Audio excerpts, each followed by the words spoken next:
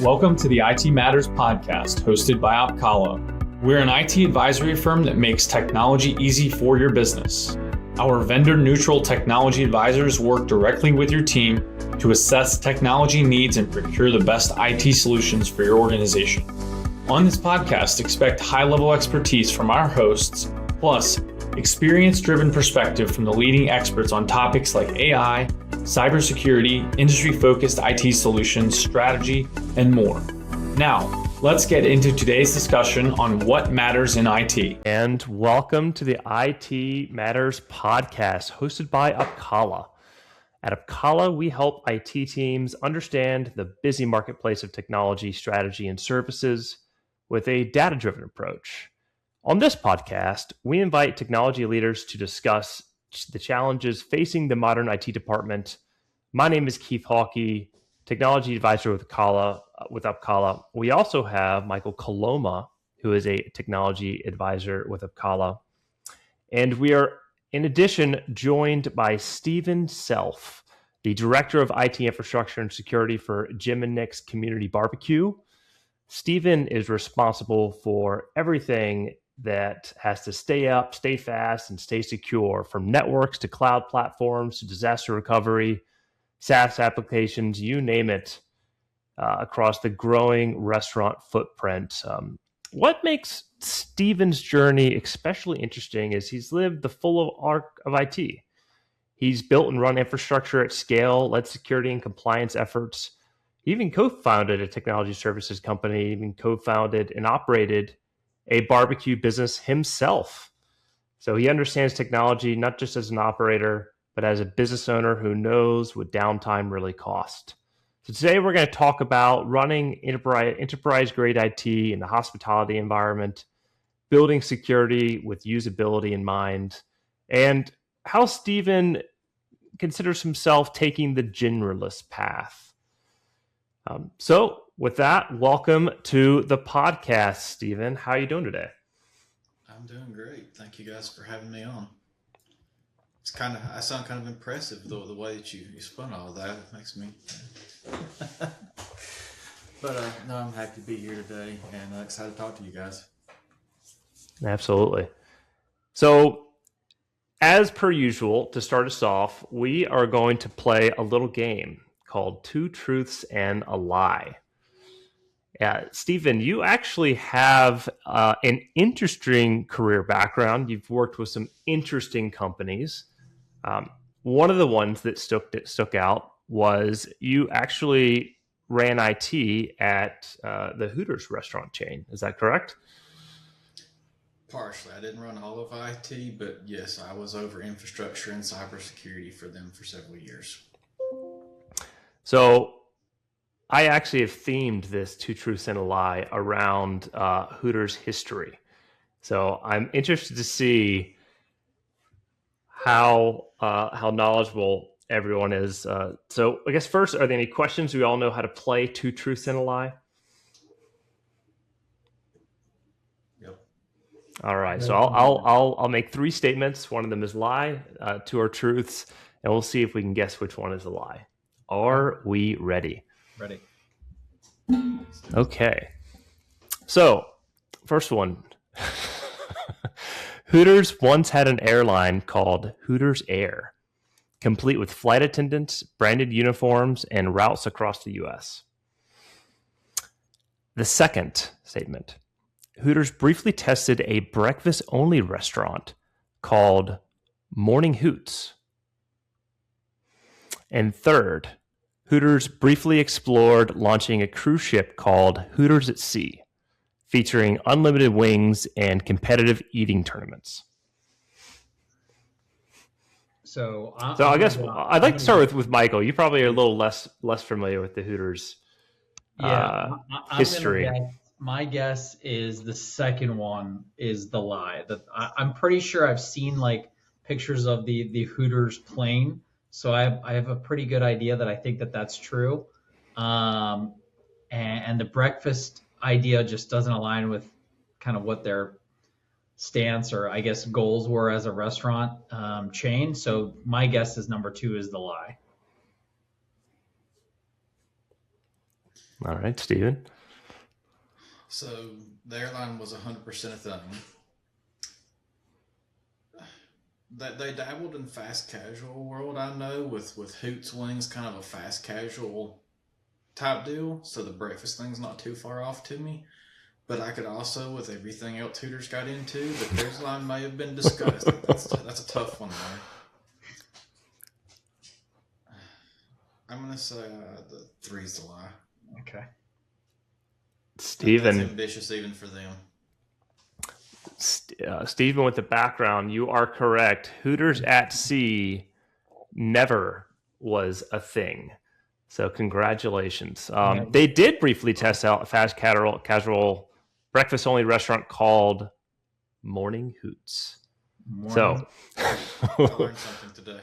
That's with news to with that to start us off, I guess first, Steven, can you share a little bit about how you got into IT? I know you've described yourself as taking the generalist path when it comes to your technology journey. How did you find this passion? How did you find this career? I've always been very tech savvy. I'm a child of the late 80s, early 90s, so all the tech was happening as I was at a good position timing to get into it. I've always liked technology. I was always the guy in the family that could program the VCR and do all those fun things. And then when the internet happened, I was also the guy that was burning mixtape CDs for lunch money and fun stuff like that. And just kind of, I don't know, it's come natural to me. I actually went to school for engineering and was going to design buildings and systems, and wound up switching over to IT there because IT was just a little easier and, in my opinion, funner to do, with playing with both the hardware side of IT and the software and making them do things together. So I just kind of accidentally got into it, and that's the career path that I've gone down. I didn't choose the generalist life. It chose me by necessity. To date myself, I was always a fan of the show MacGyver, and that's kind of how my IT journey has gone, with some duct tape, some twine, a couple of zip ties, and a lot of ambition. And I make things work. And I enjoy the challenge, and sometimes, most of the time I get a good outcome. Sometimes I learn an important lesson and just kind of roll with the punches, I guess. Do you have any mixtape in particular that you're the most proud of that you burned back in the day? I'm curious. What were you burning in the what years was this? Late 90s, early 2000s. I was still downloading music from Napster on dial-up. Oh yeah. Napster. Did you ever get into? I think LimeWire was a thing. Yep. What? When we got our first, when we finally got DSL high-speed internet at the house, I graduated to LimeWire and could really cook out some CDs then. God, I hope I don't go to jail for this. I probably need to talk about much more on something that's going, but everybody did it back then. Don't incriminate yourself. Makes sense. That's right. I take the fifth from now on that. Let's switch topics. So yeah, go ahead, Michael. No, I was going to say, so Stephen, obviously in your current role with Jim and Nick's, tell us a little bit of background there. How long have you been there? What are some of your daily roles and responsibilities there, just so everyone has an idea of what you do for them? Yeah, so infrastructure and cybersecurity and physical security are my day-to-day responsibilities here at Jim and Nick's. We're growing rapidly. I've been here 2.5 years, and I think we've opened 20 to 25 restaurants in the 2.5 years I've been here, and we've got 7 more to open this year already. I used to, like was mentioned earlier, I started a catering business that became a food truck that became a brick and mortar restaurant about 8 years ago. And that was loosely modeled and based off of Jim and Nick's. I've been a big Jim and Nick's fan for about 15 years when I ate at my first restaurant in Birmingham. And just everything about Jim and Nick's is quality, it's homemade, and it's just a great brand. It's gone through a lot of changes over its 40-year history, and I've always been a fan, so I loosely based my concept off that with my own recipes and things, but trying to mimic the hospitality and the customer service that Jim and Nick's is known for. But my day-to-day, I'm over all of our networking in our restaurants and our corporate offices, all of our cloud architecture, SaaS applications to a degree. We kind of have two IT teams. One's over the in-restaurant point of sale and the systems that run the restaurant, and then I'm more the back-end backbone of those systems with the networking and the cybersecurity, and then also the physical security with the alarm systems and the security cameras and all that fun stuff that ties it together to make the restaurants run and operate safely. Got it. So obviously love the brand, right? Jim and Nick's. I know there's a couple. There's a location in Charlotte. Obviously, me being here in Atlanta, I'm familiar with the different locations that are here in the Atlanta area, and then obviously in Alabama when I spent some time there. There's the original in Birmingham. So one of the things that you just mentioned here kind of sparked my curiosity, because we get a lot of feedback similar to this from our customers is, hey, our business is growing, we've been expanding, right? Whether that's through acquisition or mergers, but ultimately a lot of the times the IT team remains the same size, right? And so I'm curious how you personally in your career have handled, and maybe this aligns nicely into how you become this generalist, right? You've had to wear a multitude of different hats to represent all the different IT solutions that are working within an environment. How do you manage that just in your history? Like, what advice would you have for another IT leader in a similar space that's being asked to do more with less resources? I mean, you got to be quick and you got to be nimble, and that's one thing.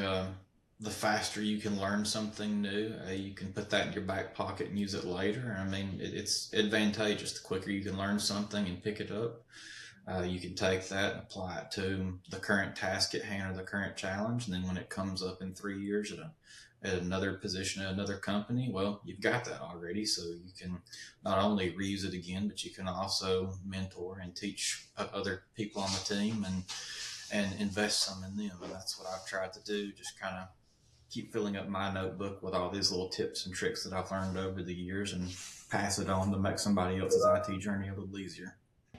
I bet you have a good story around, a lot of the time in this industry, you learn a lot from failure, right? And unfortunately, these failures can be quite nerve-wracking. They can be quite impactful to organizations. Is there a particular lesson that sticks out to you that you learned through your career, that you've come across situations like that after the fact and realized, oh, I know how to do this now. I'm glad I'm not making that initial mistake that I did maybe when I was a little greener behind the ears? Yeah, I've had quite a few of those instances over the years, and it's not really, failure. You only fail when you stop and don't try again. So I kind of like how Bob Ross used to term it happy accident. Um, you can look at it. So well, that didn't work. How can we try a different way and make it work? So that's kind of how I run and go in this industry. Um,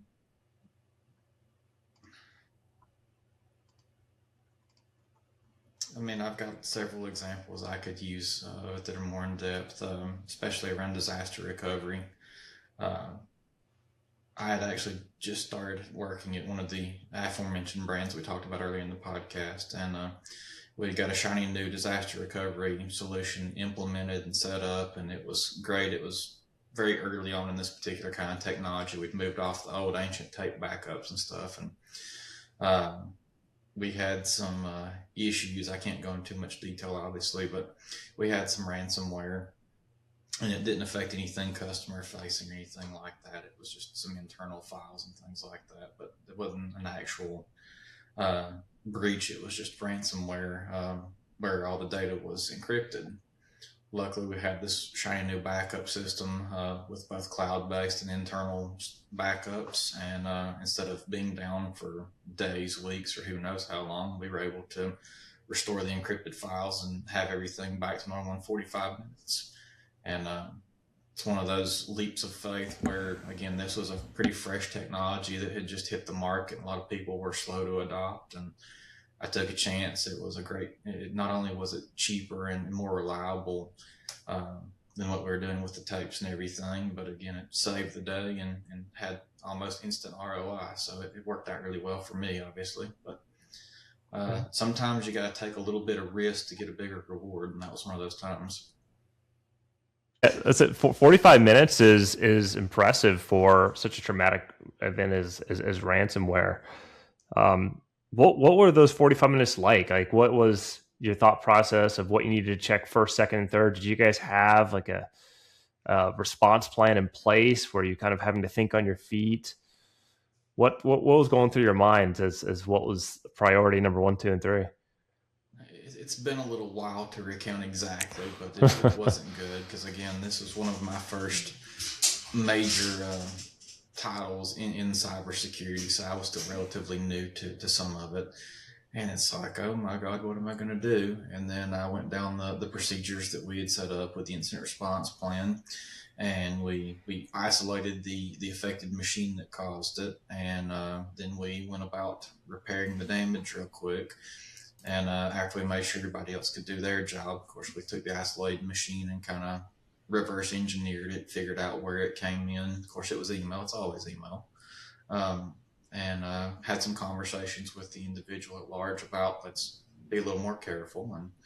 And, it wasn't bad. It was really good stress test, though, to make sure that, the investment had worked and paid off in the new system. And I got a little accolade for recommending something that saved the company a good bit of money and time. So that is one of those expenses that, Michael and I advise a plethora of IT leaders in this space, and a lot of them would like disaster recovery plans and think it's a good idea. Obviously, it's a nice comfort for someone that's managing an IT environment, but it can be a difficult sell for leadership, especially if it's one of those things that it's difficult to demonstrate value because you never know until it happens.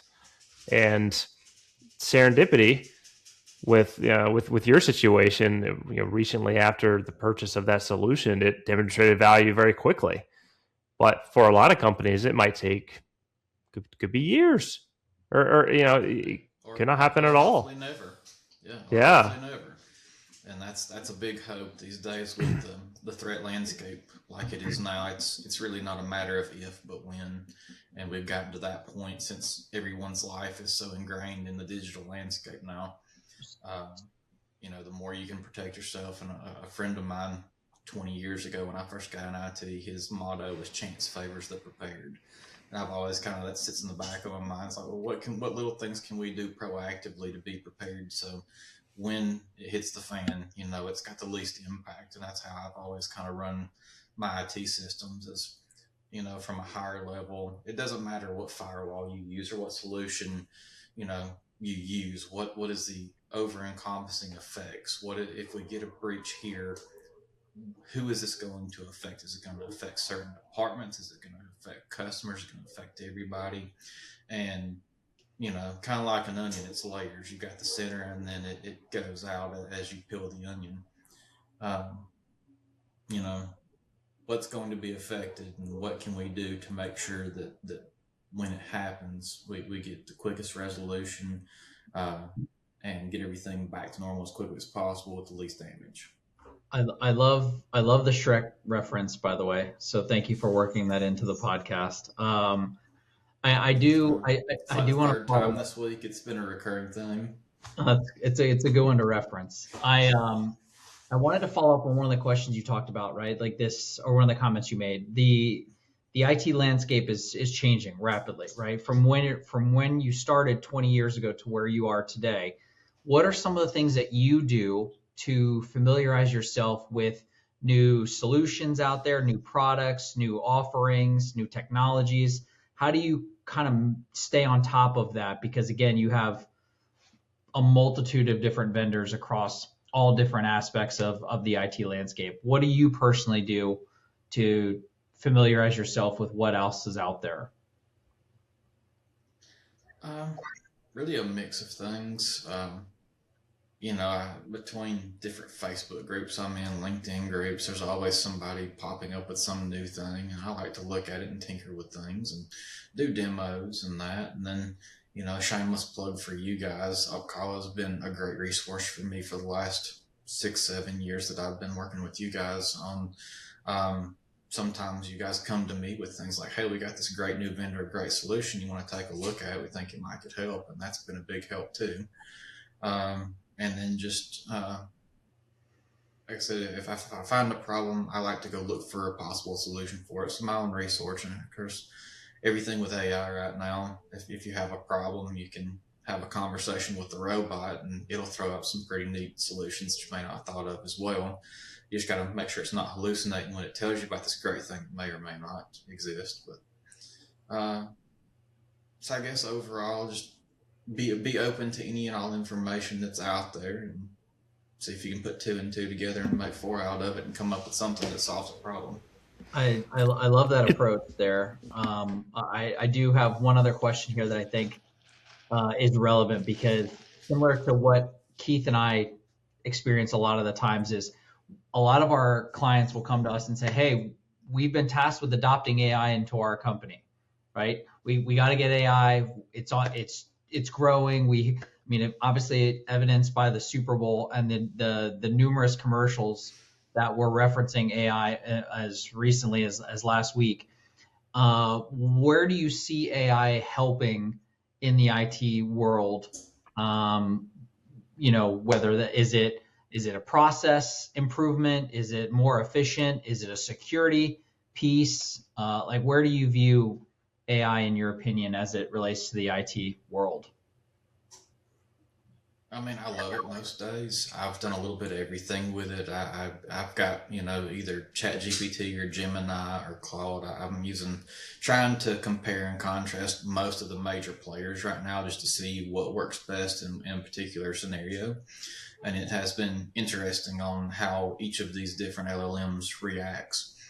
But, some things, again, being a generalist, I'm not an expert in any particular piece of IT. I know a decent amount about a lot of different IT subjects, and I use AI to close that gap. If I'm, playing with a Meraki firewall and need some quick reference on this, instead of going and looking through a manual or watching YouTube videos or stuff like we used to, now I can go into AI and say, hey, I'm playing with an MX68 firewall and I need to perform these couple of functions with it. Real quick to make this VLAN talk to this VLAN and a couple other things, and boom, I get a 5-step process on do this, this, and this, and learn something in the process without having to spend however long researching and looking up data, because AI can pull that data up in milliseconds and get me what I need quick. It also works with creativity. Like I was playing with Nano Banana the other day on Gemini, and made something kind of fun for work. I came up with Barbecue Santa to help with a kind of a little commercial plug for holiday cybersecurity awareness. And I used Gemini and made a video of a bearded buff barbecue Santa in front of a smoker telling Gemini's employees to be careful about scams over the holidays. So it's like it's only limited by your imagination and what you can do with this technology. It's both amazing and scary. It's like anything. It can be used for good or evil. And you got to be ready to fight the evil that it can cause, but also embrace it and use it to make life easier. Have you noticed any of the widely available LLMs be more or less helpful to an IT professional? You said you've experimented with a few. Are there any that stand out as being the most helpful and resourceful for this career? I will say, so I've played with Copilot, Gemini, Claude, Grok, ChatGPT, and then over on the creative side, I've used Lovable.dev and built several apps with it already. That's been a lot of fun, because I played with Basic and a couple other things way back when I decided that I was not a code monkey, nor would I probably ever be. But it's cool to be able to take some ideas I've had over the years, have a conversation with AI, and spit out functional apps that'll do what I need in a pinch for personal use or whatever. But Surprisingly enough, I've actually had the best luck and success with Gemini doing things with like Microsoft Graph and doing PowerShell scripting and whatnot. It seems to be Hmm. a lot more uh, functional with playing with PowerShell scripts, which takes up a good bit of my day working with Entra ID and Azure and all that fun stuff, even more so than the built-in Copilot. So that was kind of a surprising result so far. I hate to slam Microsoft, but I think Gemini's got them at their own game with that, at least with PowerShell scripting and graph and some stuff like that. GPT, it's just, I don't know, Chat GPT is more like the AI generalist. It can do a little bit of everything in AI pretty okay. It can kind of do some video stuff. It can generate some images, but it's not the best at it. But just for, like, if you were going to pay for one single platform to do most of what you need to do, it can review a contract for something you're going to buy, and you can ask it to, point out any concerning legal language or whatever without having to consult your attorney. Obviously proceed with caution if you do that, but just as a high level overview for looking for errors or concerns. You can generate some images with it. I've got some notes on various things that I've done for side hustles and Jim and Nick's and all sorts of things. And I do like how you can keep your projects organized by folders and whatnot in ChatGPT that some of the other things don't have. Mm-hmm.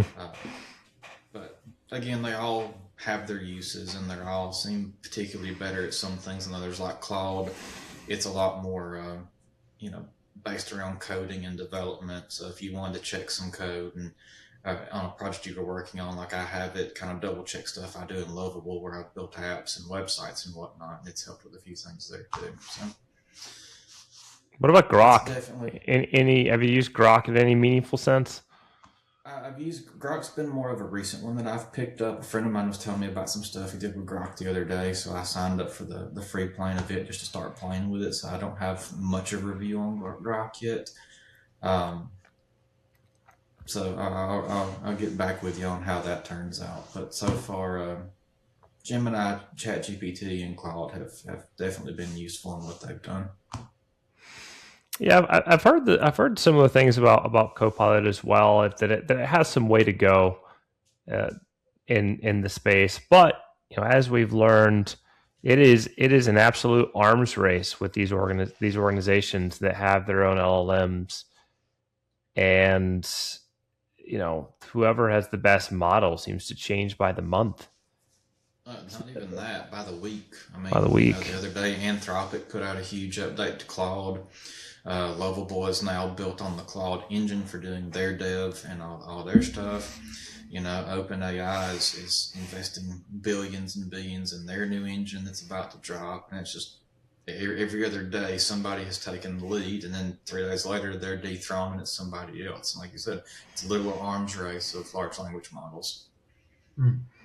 Where do you see, being this arms race, right, and the introduction and expansion of AI in the IT environment? Where do you see the future of the IT team, right, or the IT group within an internal organization? Where do you see that going to? Do you think that IT is going to have more of a presence in the future within an organization or a company, or do you feel like AI is going to streamline a lot of that? So if you have an IT team of, say, 20 people, do you think that it could be reduced and still have the same level of efficiency and productivity that the team of 20 might have? Where do you see that kind of playing out in the future? Well, right now we're in a place where you still got to feed data to the AI so that it can give you an output. With the agentic AI that's coming out, where it can think for itself, like Clawbot and all that, that could get interesting. I'm interested to see where that comes from. But right now, AI, in my opinion, is more of a helping hand, and it can streamline tasks. You can do a lot of automation with it, with AI agents and whatnot. That's kind of where I'm at with it. But as we get more into agentic AI that can think for itself, they're talking about they've come up with their own language, they've come up with all these other things on their own without human intervention. That's the part that's going to be interesting. And then at some point with robotics catches up with it, so you can have a autonomous machine that can think for itself. that's going to get into some of the stuff from the sci-fi movies when we get to that point. Yeah. I thought I would ask about this because in the past I've seen for example, take McDonald's franchise, right? Like they used to have a bunch of counters open with people trying to take your order. Now they've replaced those people with, if you've ever walked into McDonald's recently, everywhere. Kiosk, right? You don't even talk to a human being anymore. Then they take your order. So I was curious to see how that would translate to the future of AI in the restaurant industry as well. Not specific to Jim and Nick's, but just overall, right? Because you guys are a family-oriented, almost full-serve, fast casual type environment. But it is interesting to see how something like that could change the business model for a lot of other restaurant chains. If Bojangles asked me to add a Bowberry biscuit to every order I make, I'm going to have a heart attack. I don't know what you guys are doing, but that particular element of this AI, where it's like, would you like to add a Bowberry biscuit to your order? I would recommend not going down that exact path with Jim and Nick's. Yeah, I ran into one of those at Bojangles the other day and got asked if I wanted my to add 2 heart-shaped Bowberry biscuits to my order. But the whole process there, like, is it cool? Yeah, but like it took me 5 minutes to order 2 meals for breakfast and orange juice. And for some reason, I don't know if it's my southern dialect or what, but the AI was not understanding orange juice. So that created some problems. Now, I didn't want my heart-shaped Bowberry biscuits, but yeah, we've got one of those locally too, and it's an experience. Makes sense. So we're coming up on time here. One thing we really like to do on the IT Matters podcast is ask Stephen, advice from yourself 10 years ago. We have young IT practitioners that are getting into the space that listen to the podcast. What is something you would have told your younger self that would help save you some heartache, save you some time, bring you some mental clarity? What type of advice would you give your younger self just getting into the field?